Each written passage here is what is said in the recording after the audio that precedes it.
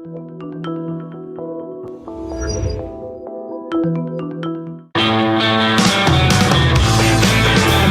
is the Gerry Callahan Show.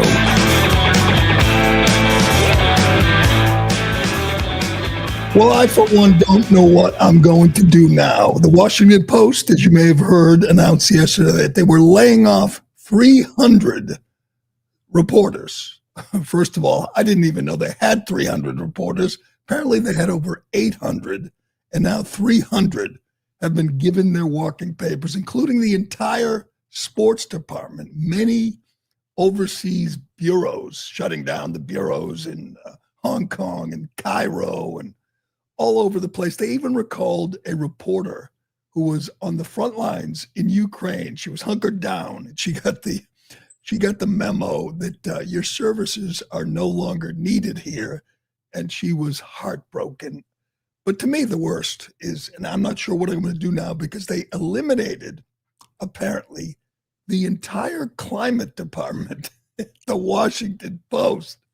That included 14 full-time reporters. Yes, you heard that right.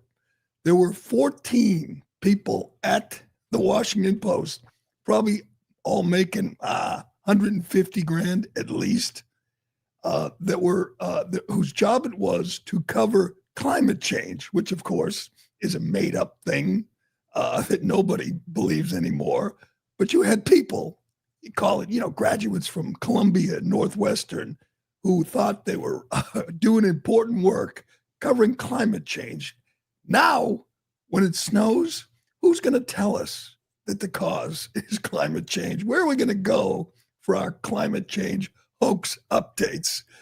Oh, this is just glorious. Somebody asked me on Twitter, don't I feel a little bad? I was a newspaper guy. I love newspapers. I grew up on them. I read many, many newspapers every day for years. I was a student of newspapers. I worked at the Lowell Sun and the Boston Herald. And they said, don't you feel a little bad? My answer is absolutely not.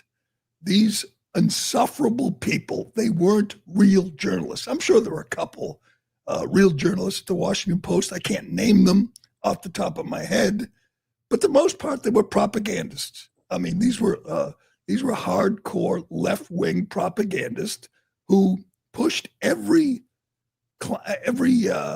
anti-Trump hoax in the book. This is the world headquarters for Trump hoaxes, including, they were the biggest purveyor of Russia, you name it, the suckers and losers, the find people on both sides hoax, the laptop, Joe Biden's tip-top, sharp as a tack, you name it, the Washington Post pushed it. And that is, to me, the biggest reason they are going out of business eventually. But here was the funniest part yesterday when this whole thing went down.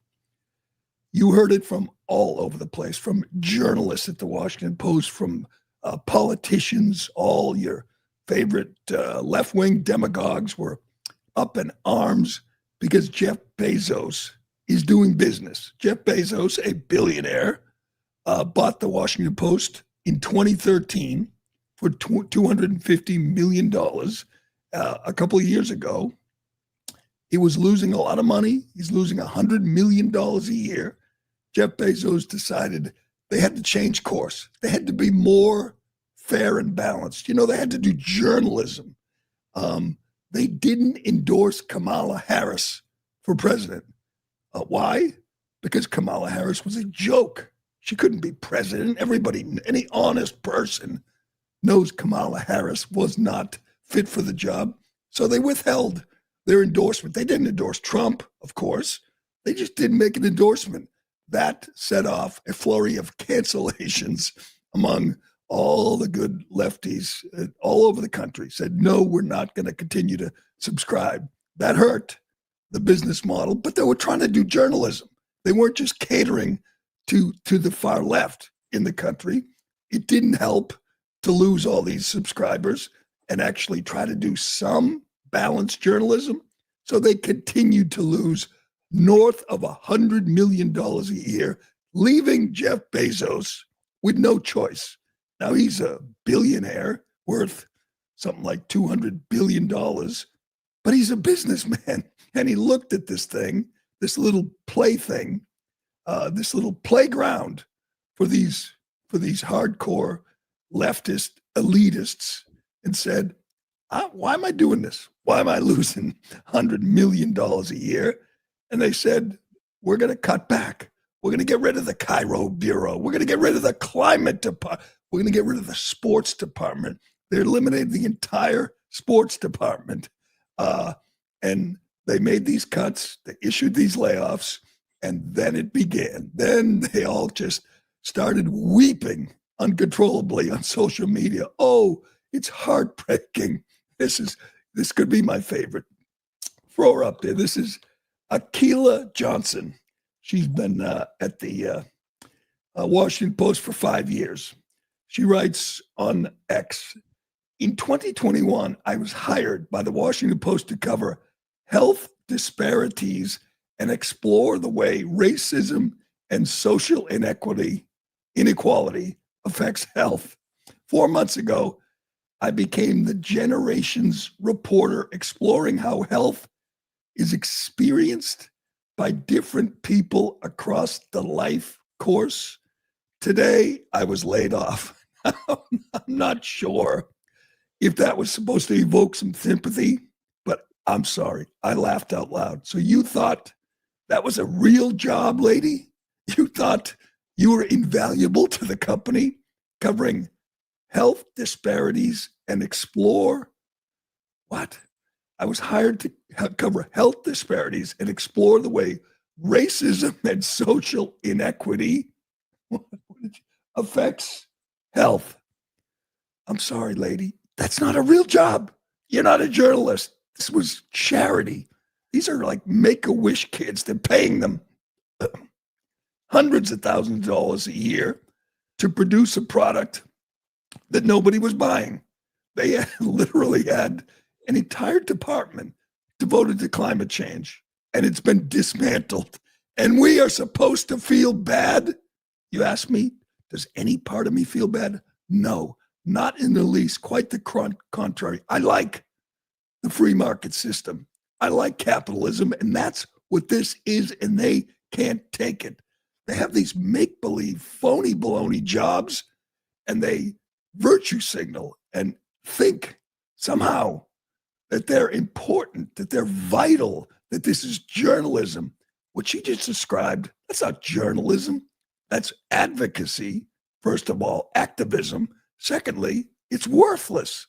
There's nobody buying the Washington Post to read whatever she said, explore health disparities and racism and whatever, just like climate change.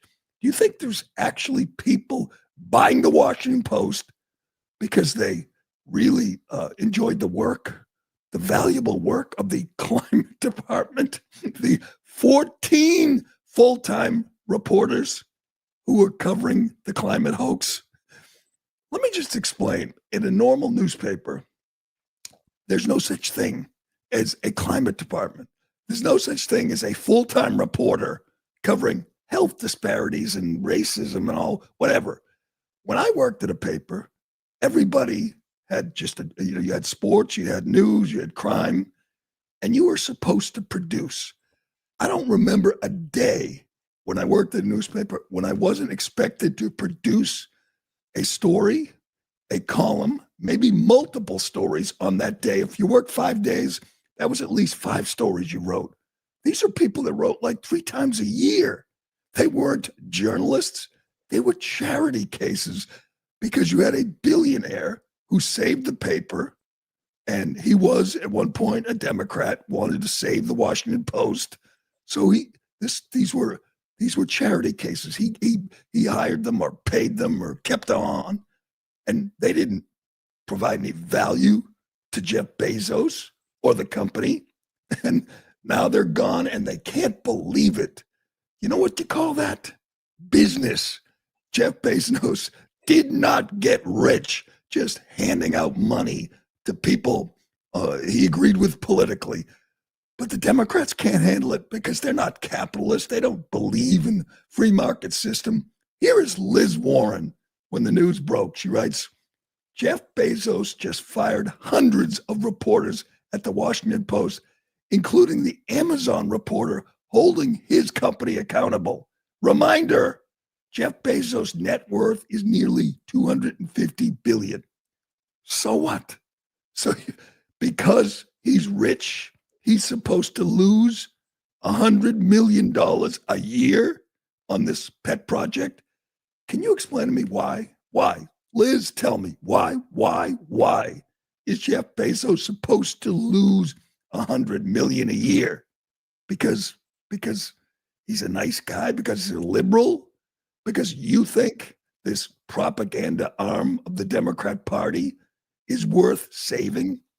They, one after another, Democrats pointed out that he should keep losing money because the Washington Post is awesome. Here's Bernie Sanders tweeting from one of his three houses. If Jeff Bezos could afford to spend $75 million on the Millennium movie and $500 million for a yacht to sail off to his $55 million wedding, to give his wife a $5 million ring, please don't tell me he needed to fire 1/3 of the Washington Post staff. Democracy dies in oligarchy. Okay. Can you explain to me, Bernie, Comrade Bernie, why does what does it matter that he has a yacht or his wife has a $5 million ring? So she's rich. He has a yacht and he's supposed to lose money. He's supposed to pay climate reporters and the racial inequity lady. He's supposed to continue to pay them because he has a yacht.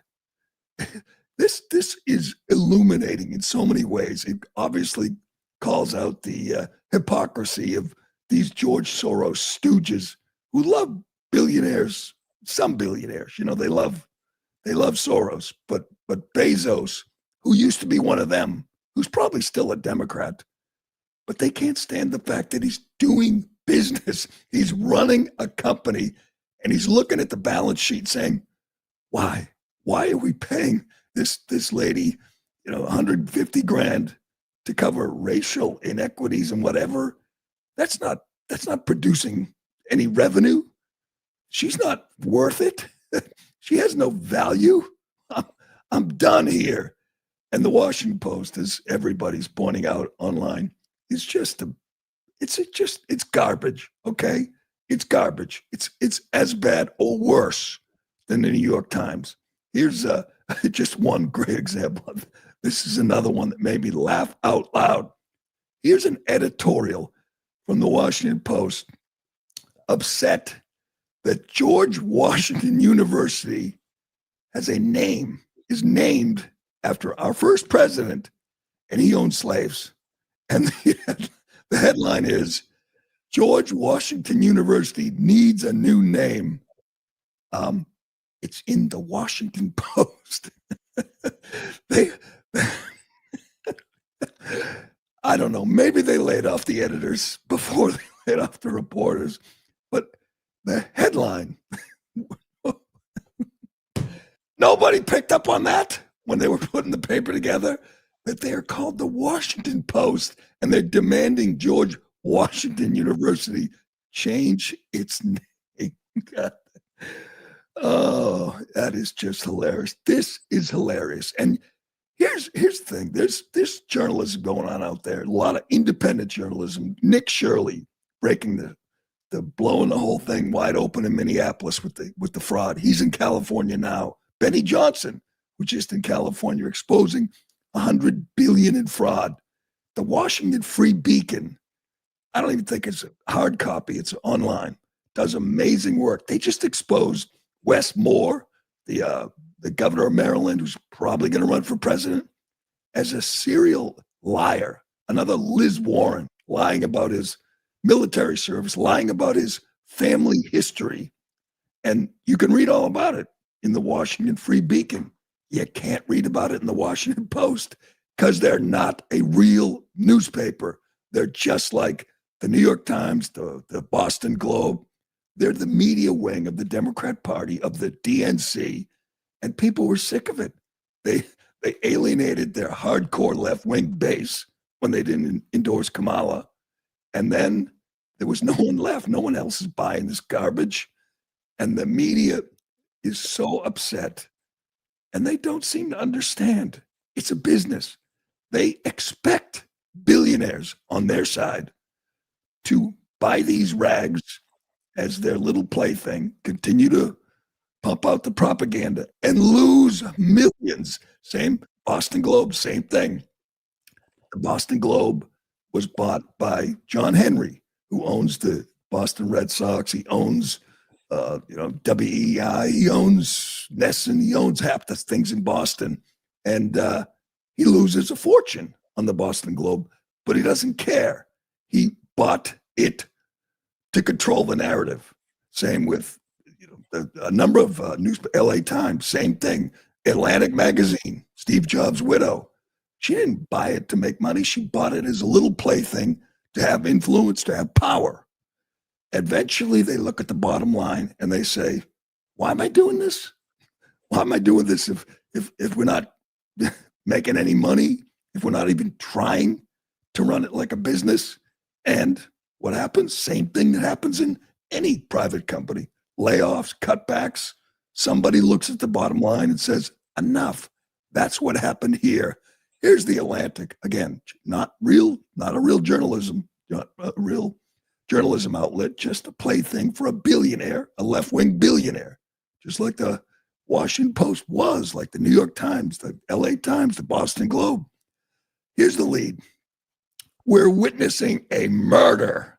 Jeff Bezos, the billionaire owner of the Washington Post, and Will Lewis, the publisher he appointed in 2003, are embarking on the latest step of their plan to kill everything that makes the paper special. The Post has survived for 150 years, evolving from a hometown family newspaper into an indispensable national institution and a pillar of the democratic system. But if Bezos and Lewis continue to go down their path, it may not survive much longer. Yeah, so what? It's a pillar of democracy? What makes it that? The fact that they push every hoax, that they run with every left-wing cause, that makes it a pillar of democracy? These people are delusional. They're schooled, they're educated in these left-wing indoctrination factories, and they move on to the Washington Post, the New York Times, or CNN.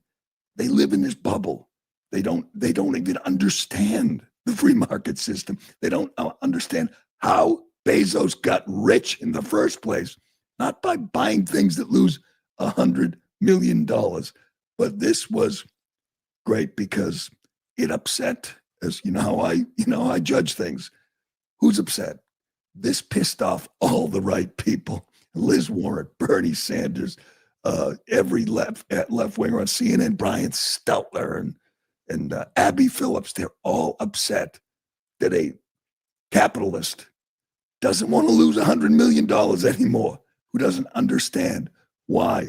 Why am I losing all this money? What good is it doing? Why am I paying these climate change reporters? By the way, what do you do now if you're a climate change reporter or you report on health inequities and you get laid off? What's your next move? I guess you call the New York Times, but they're not going to be hiring. Then what? What's your next move? I want to get to this, the New York Times guy, Peter Baker, another just elitist, left-wing, Trump-hating, pretend journalist. He's very upset because, Jeff Bezos, he's rich. He's supposed to continue to give us money. It's such a childish, it's such a juvenile way to look at the world. It really is, when you think about how Bezos does everything. I mean, obviously he wasn't looking to get, make whatever billions on the Washington Post. He saved it. And now he's saying, I don't want to do this anymore. Peter Baker, New York Times hack, writes, Jeff Bezos' wealth in 2024, 194 billion, 2025, 215. Jeff Bezos today, 249 billion. Net increase in Bezos' wealth since 2004, 55 billion. Cost of his super yacht, 500 million. Original Bezos purchase price of the Washington Post, 250 million. Net increase in Bezos' wealth since buying the Post, 220 million. Last reported annual loss of Post, 100 million. Number of years Bezos could absorb those losses with what he makes in a single week, 5 years. So the logic is you can afford it. You can afford to lose 100. This is a reporter. This is an alleged journalist who I don't know, maybe he's a total moron. Maybe he knows how ridiculous this sounds and does it anyway. So he does the math. It says Bezos can afford to lose 100 million every year. Why doesn't he? Gee, Peter, I'm not sure. You dig deep. You're a reporter. Do some research. Why doesn't the rich guy want to continue losing 100 million a year? Why don't you ask why he's losing 100 million a year? Why don't people want to buy the product that your fellow hack pretend journalists are putting out there? Wouldn't that be a better question for the New York Times reporter? Why is he losing 100 million? Why is this such bad business right now? Why aren't people buying what they're selling? Isn't that a better question? Why don't more people want to buy and read about, Trump's a Russian asset, or the laptop is Russian, or Joe Biden's tip top, or climate change is going to kill us all? Why aren't people buying this? Get me Nancy Pelosi, because obviously all the right people are upset. They know this is one of their most reliable propaganda arms. They know while they're fighting Trump over whatever, voter ID or birthright citizenship or the border, they know the Washington Post always has their back, and they're feeling let down. They're feeling like Jeff Bezos let them down. They're hurt. He will not continue to do their bidding. He will not continue. Just carte blanche. Go, whatever you say, we'll run with. We got your back. He won't do it anymore. And they are feeling spurned. They're like spurned lovers. Here's Nancy complaining about the layoffs at her favorite media outlet. A free press cannot fulfill its mission if it is starved of its resources it needs to survive. And when the newsrooms are weakened, our republic is weakened with it. Because democracy dies in darkness.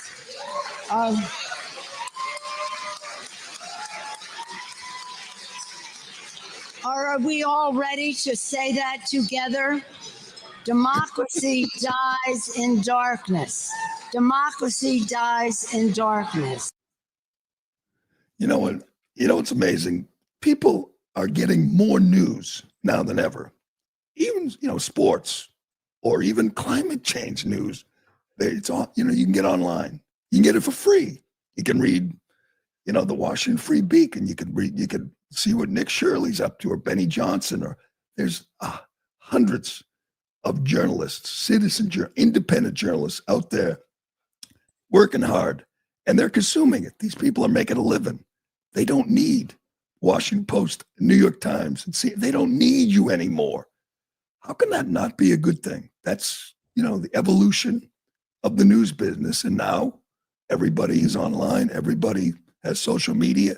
They're finding other ways to get their news, to get their sports. And these dinosaurs can't handle it.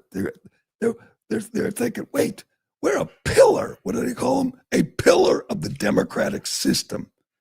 Why? Explain that to me, Atlantic Magazine. Why is the Washington Post or Atlantic or New York Times a pillar of the democratic system? Oh, because they're journalists. They're holding the powerful, the rich, accountable. That's the opposite of what you do. You don't you protect the powerful. That's what you do. You protect the entrenched, the establishment, the swamp. That's your job. You know it. She knows it. Bernie, Liz, they know it. And now that is threatened. It's endangered. I hope this is just the beginning. I hope we see a whole new Washington Post. They got a guy covering the Super Bowl who posted a story and said, "This is my last story for the Washington Post." He's out there in San Francisco or in Santa Clara, and he's done. He got the layoff. So I don't know why I would ever be expected to feel bad about this. Everyone says, don't you feel bad when people lose their jobs? Sure, but not when they're not real jobs. You think the health equity lady, think that was a real job? You think the climate change was a real job? And let me finish, say this. What if this were the New York Post? What if Rupert Murdoch announced, he's losing money. He's going to lay off half the staff. He's going to eliminate whatever sports and weather. And do you think anybody at the Washington Post or at the New York Times or at CNN or at MSNBC or anybody in Congress, any Democrat, would give a shit if the New York Post was going under? New York Post is expanding. They just added the California Post. The New York Post is doing fine. They're doing well. Why is that? Well, maybe because they don't have a staff of 14 climate reporters. They don't have a full-timer covering health inequities and whatever. They actually do journalism. They actually have reporters who write every day, who crank out a column every day. That's how it's supposed to work. These comfortable, phony elitists at the New York Times and Washington Post, they're not journalists. Journalists work. They have people there that have like 3 bylines a year, 4 bylines a year. Those aren't journalists. Those are, again, charity cases, living off Jeff Bezos's wealth, and it's a great thing to see it come to an end. All right. We got so much to get to. I want to get to this. I want to get to this Winter Olympics story at some point. We've been saving, but we have to talk about just the most incredible thing I think I've ever seen last night when Samantha Guthrie and her siblings came out and held a press conference, gave a statement. I heard one expert, one FBI guy, say that kidnappings are very rare. I don't remember one. Patty Hearst, I was too young. When's the last time we saw a real live kidnapping unfold in front of us on national TV? That apparently is what we are seeing right here. Nancy Guthrie, the mother of Samantha Guthrie, the Today Show host, and apparently a very nice person. I've been reading about Samantha, very religious. It's not just a crazed, left wing, not like most of the people on network morning shows. But her mother was abducted. She's 84 years old. She has a pacemaker that apparently has been stopped working. She doesn't have her meds. She can't walk 50 yards, according to the sheriff. She was abducted, and apparently they're kidnapped, and the kidnapper sent a ransom note to TMZ. We're not sure; it hasn't been verified. I don't even think Savannah is certain if it's real or not. But she hadn't spoken for, I guess it was Saturday till last night. Hadn't heard from the family. Here's Savannah and her 2 siblings, her sister and her brother. This is an actual hostage tape, essentially. I mean, they're not the hostage. Their mom is. And she's pleading with the kidnappers. Now, we're all hoping this turns out she's alive. They get her back. They catch the guys who did it. But again, have you ever seen anything like this? It feels like, when you watch cable news and all the online, you feel like you've seen everything before. I've never seen this. Can you think of one? Ironhead, you ever seen a kidnapping? I feel like I'm watching a movie. I was That's just the gonna only say time you see kidnappings. You see Mel Gibson in Ransom. right. But this is real. Somebody thought, I'll take this old lady, I'll send a note, I'll demand crypto. And they all think that means the kidnappers are young because they're demanding crypto as ransom. But it's not going to work. They're not going to get away with it. They're going to get caught. Hopefully she's alive. But somebody in 2026 came up with a plan to kidnap an 84-year-old woman and ask her kids for money. Watch this. On behalf of our family, we want to thank all of you for the prayers for our beloved mom, Nancy. We feel them, and we continue to believe that she feels them too. Our mom is a kind, faithful, loyal, fiercely loving woman of goodness and light. She's funny and spunky and clever. She has grandchildren that adore her and crowd around her and cover her with kisses. She loves fun and adventure. She is a devoted friend. She is full of kindness and knowledge. Talk to her and you'll see. The light is missing from our lives. Nancy is our mother. We are her children. She is our beacon. She holds fast to joy in all of life's circumstances. She chooses joy day after day. Despite having already passed through great trials of pain and grief, we are always going to be merely human, just normal human people who need our mom. Mama, if you're listening, we need you to come home. We miss you.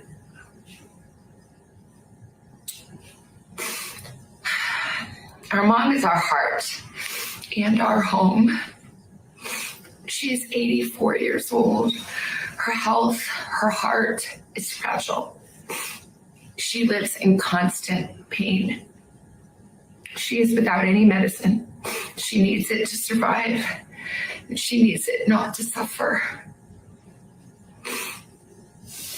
We too have heard the reports about a ransom letter in the media.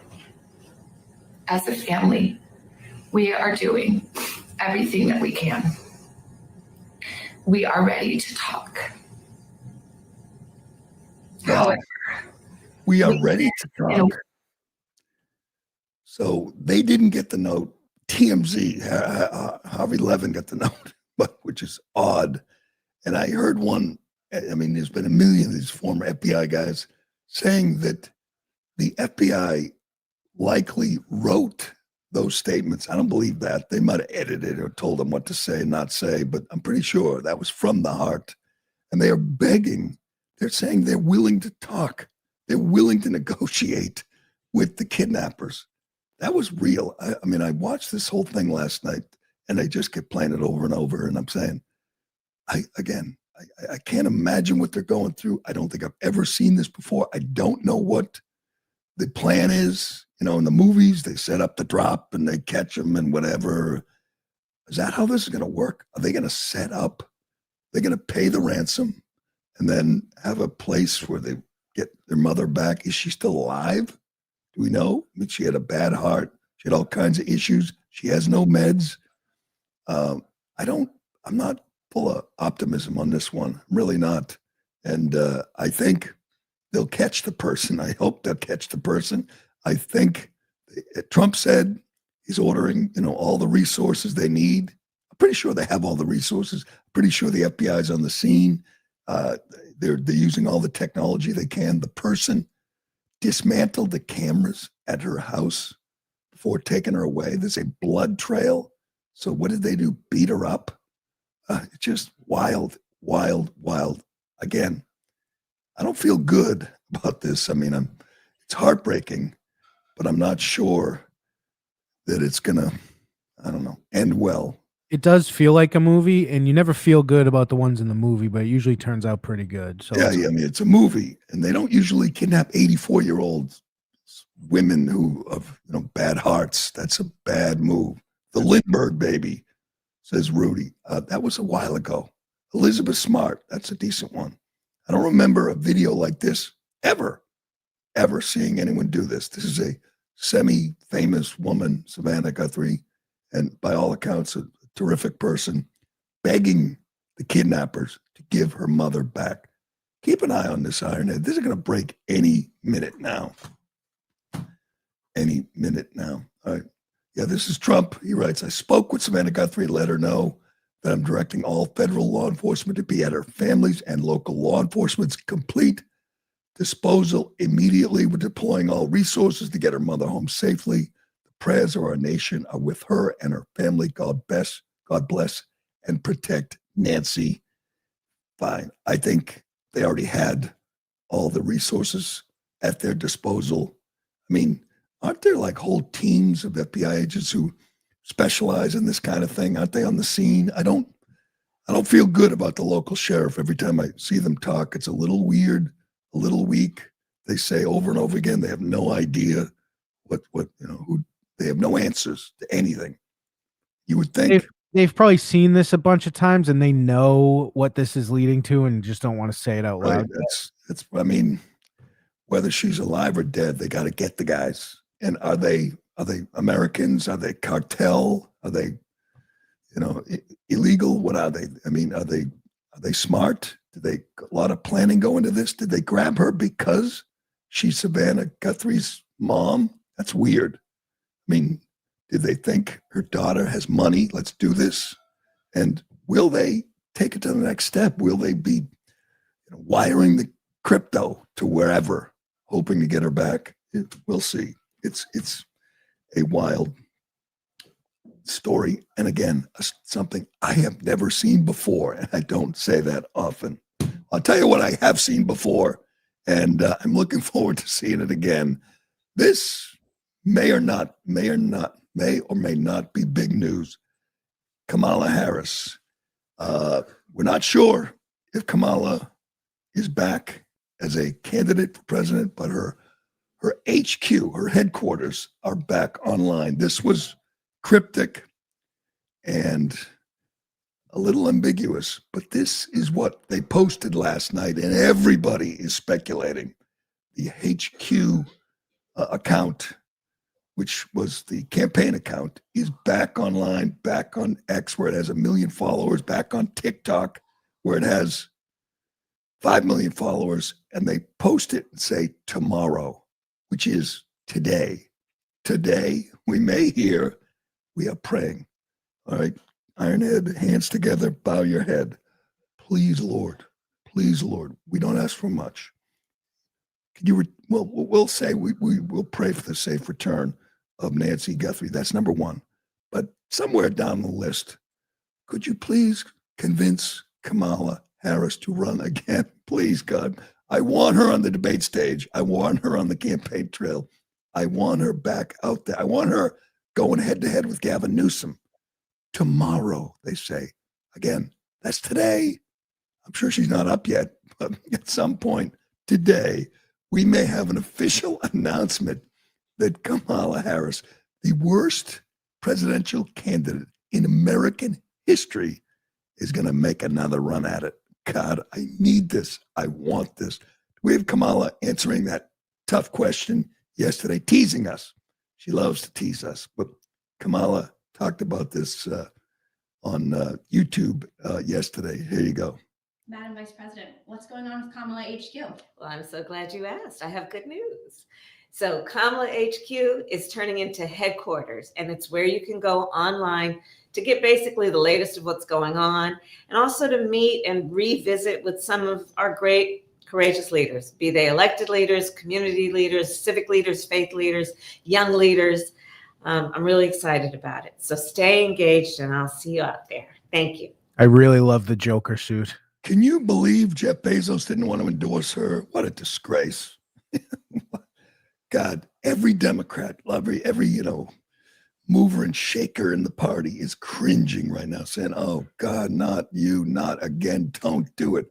There's not one person, not one, not even Dougie, nobody who thinks she's fit to be president. Nobody who thinks she's a good candidate. Nobody who thinks she was a good vice president. I mean, it's incredible that and besides that, she blew $2 billion in 107 days, leaving the party in debt, 20 million, which they still haven't paid off. She's going to do that again. That's incredible that she's going to try again. But, there'll be people on cable news in the party who'll be pretending that they support her and pretending that it's good for the party that she's in the race. One guy will say, yeah, she's a good kid. She's smart. She's fun. She's got joy. Joe Scarborough, get ready. I've said this for years. Joe Scarborough is an actor. He's not a real person. He's not an actual political pundit, analyst, anchor, commentator. He's an actor. He made a decision at one point to play this part, to play this role, where he is, a Democrat, a liberal, and it's worked. He's like the biggest star in their cable news world for Democrats. Joe Biden used to watch him every morning. He's had meetings with Trump. He's a mover. He's a shaker. He's an influencer, and he's making, like $15 million a year. He and his honey next to him together, probably making $20 million a year. They get all kinds of time off. They fly around in private jets. I give him credit. He decided one day to pivot, to become this actor, this character on cable news, and it's worked. I give him credit. But there's not a genuine bone in his body. He's a complete fraud. Don't believe me? Check out this. Joe Scarborough, 22 years ago, talking about California's decision to give illegal aliens driver's licenses. It seems amazing now. I said this recently, that I remember this when this became an issue. It became an issue in Massachusetts and all blue state, New York, California. And we all thought it was insane. You're giving driver's licenses to illegal aliens who can then obviously drive and vote and stay here until you give them citizenship. It was crazy. And now we're sitting here going, that was nothing. Now, at least in Massachusetts, California, they give them hotel rooms and Uber rides and free health care and culturally sensitive meals and free lawyers and free translators. If you go back 20 years, trust me, it was a big deal that crazy left-wing Democrats wanted to give licenses to illegals, and Joe Scarborough was on my side. He was on our side. He thought it was nuts. Today, he doesn't have a problem with them giving, handing hotel rooms and money, just giving them money and letting him in the country. Now it's fine because he's not a real person. He's just playing a character. Here's Joe Scarborough from 20 years ago. Tonight on Scarborough Country, a bill approved by the state of California giving illegal immigrants driver's licenses. Is this a desperate move by Democrats to keep Gray Davis in office at the expense of national security? Tonight, we look at the left coast's most endangered politician, Governor Gray Davis, and his Democratic Party's latest attempts to show illegal aliens that crime pays. The Democratic legislature has actually passed a bill out of committee that allows illegal immigrants to get a California's driver's license. That's right. And by giving these criminals the most accepted form of identification in America, the California Democrats buy votes for themselves. And it looks like, to me at least, that political gamemanship is trumping national security, as illegal immigrants are given a free pass. This plan seems to me to legitimize illegal immigration once and for all. And it's dangerous, and it owes more to winning votes for politicians than keeping our country safe from future terror attacks. It's frightening, folks. Aren't we sending a message to illegal immigrants? Break our laws, come into our country, flood over the borders, and we're going to reward you by giving you a driver's license. Wow, that's breaking the law. It's incredible. We're giving them a license to come over the border, break our laws. He even says illegal aliens, illegal immigrants, not allowed to say that anymore. That's the same guy today who will make every excuse in the world for an open border, for tens of millions of illegals, to giving them everything, to keeping them here. His full-time job now is criticizing Trump and ICE for trying to get them out. Same guy, if you ever had any doubts that he's a real, genuine believer, liberal, he's not. He's acting. He's pretending. And you idiots are falling for it. Just incredible. That, you know what? There's got to be hours and hours of that. He was a conservative. He was a Republican in Congress. And then he was a conservative on MSNBC until he flipped a switch one day. And look what we got. I wanted to do this. Got to get to this AP story finally. But quickly, I have time to do this voter ID. We talk about 80-20 issues all the time. The Democrats are on the wrong side of, obviously, open borders and trans stuff. What they're doing now is insane. And I'm all for it. It's a good fight. When you're on the 80 side, it's always worth fighting. But voter ID is a big story right now, a big issue. And I don't think I've ever seen Democrats dig in their heels on and fight this hard for the 20, or should I say the 10 or the 5. People overwhelmingly support voter ID. White, black, doesn't matter. You know why? Because there's no reason to be against it. There's no reason to say we shouldn't make sure people are who they say they are when they vote. Voting is sacred. Voting's important, not some little issue. And you should do whatever it takes to make sure elections are above board, honest. That's what we want. So how about checking IDs like every other country in the world? They check IDs in Mexico, in Iraq. I think Somalia too. They have voter ID, but not here because Democrats want to cheat. It's the only reason. But someone came up with an idea. They said, you know what? We have to pretend it's racist. It's so absurd. And no one believes it. Nobody thinks black people aren't capable of getting IDs just like white people. Nobody believes it. Here is Wacky Harry Anton going over the numbers. It's overwhelmingly popular among everybody. And Democrats are not stopping the fight. Listen to Harry. Take a look here. Favorite photo ID to vote. 85% of white people favor it. 82% of Latino. 76% of Black Americans favor it. So the bottom line is this. Voter ID is not controversial in this country. A photo ID to vote is not controversial in this country. It is not controversial by party, and it is not controversial by race. The vast majority of Americans agree with Nicki Minaj that, in fact, you should have a photo ID to be able to vote. So something of a non. All right, now let's go to MSNBC and Chuck Schumer, the most powerful Democrat in the country. You want to talk about a phony? Obviously, Scarborough's.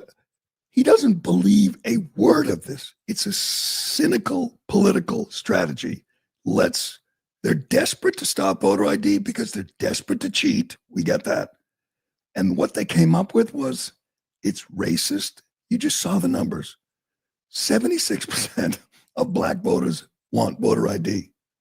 And they have to sit there and listen to Democrats say, son, you don't mean that. You don't know how to get an ID. You don't know where the DMV is. You don't have a birth certificate. You don't have a passport or a drive. We'll take care of it. Just sit over there. Be a good victim. Play the victim. They're not buying it, and no one's buying it. But here is Chuck Schumer still pushing this just disgusting lie. Go ahead. So, Leader Schumer, this talk about election security has revived discussions of the SAVE Act, which you have said you oppose. Proponents of it say that it's, to have ID, you have to prove U.S. citizenship to be able to vote. Though some of the claims they make, to be clear, are overstated. We know there's not widespread election fraud, but polling does suggest, there's a new Pew Research poll that 95% of Republicans, but also 71% of Democrats like this idea. So why do you not? It's Jim Crow 2.0. And I called it Jim Crow 2.0, and the right wing went nuts all over the internet. That's because they know it's true. What they're trying to do here is the same thing that was done in the South for decades to prevent people of color from voting. For instance, if you change, you're a woman who got married and changed your last name, you won't be able to show ID and you'll be discriminated against. If you can't find a birth certificate or a proper ID, you'll be discriminated against. This is vicious and nasty. And I said to our Republican colleagues, it will not pass the Senate. You will not get a single Democratic vote in the Senate. We're not reviving Jim Crow all over the country. Amazing. Amazing. He just amazing. What a cynical, just soulless person that is, who say Jim Crow, just evil public policy that Democrats pushed 100 and whatever years ago. And you're comparing that to someone showing an ID to confirm they are who they say they are when they vote. All those people that can't get IDs, all the, those poor black people that Chuck Schumer says don't have IDs. How do they do anything? How do they buy a beer? How do they rent a car? How do they get a credit card? How do they do anything? The answer to that is they have IDs. Of course they have IDs. Everyone has an ID. If you don't drive, you can get an ID for free to vote. Everybody has an ID, and he knows it. And it's one thing to push a canard and lie. It's another thing to lie and call it racist, call it Jim Crow. That's just disgusting. His own party should call him out. They're going to push this SAVE Act eventually, I hope, and every Democrat will vote against it. It is the platform of the party now to have a way to cheat. That's it. They can't come up with another reason. There is no other reason. No one believes that Jim Crow nonsense. No one believes it. Everybody Seriously, knows. some of the most racist stuff I've ever heard. He's like, It is. Can you imagine if a Republican said that? A Republican, if whoever, whatever, Mike Johnson or John Thune or any Republican said, no, black people don't know how to get, they don't have passports. They don't have licenses. They're just, or even better, they don't have access to the internet. They don't know where the DMV is. Those are some of the most racist proclamations we've ever heard from a politician. But in their defense, they don't believe it. They're just saying it to attempt to win this public debate. But before we go, do you have any evidence of a black person, just any random black person voting and actually showing an ID? Because I heard from Democrats that black people, they don't know how to do that. They don't know how to get an ID. Oh, there's a guy voting. Oh, you're right. Hold on. I got my driver's license. There you go. There you go. There's a black guy showing his ID to vote. Pretty sure we even know who we voted for. This Barack Obama. And the poll worker actually asks for his ID, and he says, no problem, you got it, shows it. Is that Jim Crow, Chuck Schumer? Is that what we're seeing right there? Is that like Democrats in the Deep South in 1873 saying, let's find a way to keep those people from voting? If the president can show his ID, anybody can. And anybody would. You think the only people against it, again, know that it's a way to cheat. There's no normal black person who thinks, I don't know how to get an ID, but I want to vote. By the way, if you don't have an ID, that's showing a real lack of initiative on your part. And I'm okay if you don't vote. If you don't have an ID of any kind, driver's license, passport, birth certificate. Man, you got issues, and I'm okay with you sitting out our elections. But those people don't actually exist. I think maybe some homeless people, but Mom Donnie's going to kill them all before long anyway, so they don't matter. You really think a homeless person with an ID votes? You think they read up and they're real informed voters? I think it should be harder to vote. We obviously get rid of mail-in voting, get rid of, early voting, get rid of all that. Same-day voting, paper ballots, and IDs. It would change the country. It would destroy the Democrat Party, which is why they're fighting so hard. All right. We will leave it there for today. Any word on Nancy Guthrie, Ironhead? Because I've been getting all distracted. I think today. Yeah, but I think once that comes out, it's not going to be great. No, it's not. But today, obviously they're on whatever times, Mountain Time, Western Time, a couple hours behind us. Today, we're going to get answers, and I'm with you. It'll be great if she's alive and well. It'll be wonderful. The whole country will rejoice, but I don't have a good feeling. But we will see. That will do it for today. Thanks for watching. Thanks for listening. I'm Gerry Callahan. This is the Callahan Show, and we will do it again tomorrow. A free press cannot fulfill its mission if it is starved of its resources it needs to survive. And when the newsrooms are weakened, our republic is weakened with it. Because democracy dies in darkness.